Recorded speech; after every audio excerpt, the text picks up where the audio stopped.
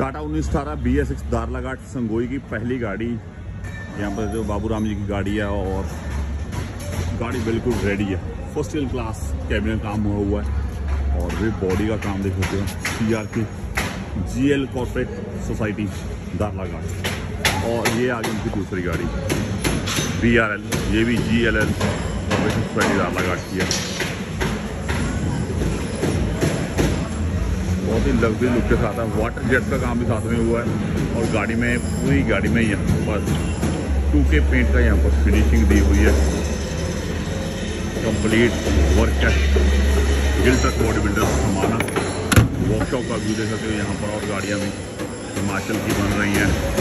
ये गाड़ी है जो ये भी दारलाघाट की है, 12 टेरा पैसे टैंक के अंदर की हुई है। और स्टपनी भी हमने आगे करवा दी है।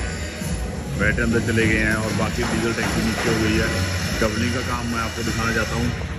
यहाँ पर डबलिंग गाड़ी बहुत ही अच्छी तरह से यहाँ पर वेल्डिंग प्लस नट बोल्ट के साथ डबलिंग होती है।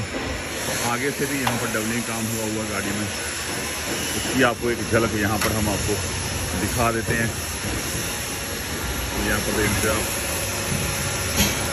नीचे पाँव तक पूरी वेल्डिंग अच्छी तरह से यहाँ पर वेल्डिंग होती है।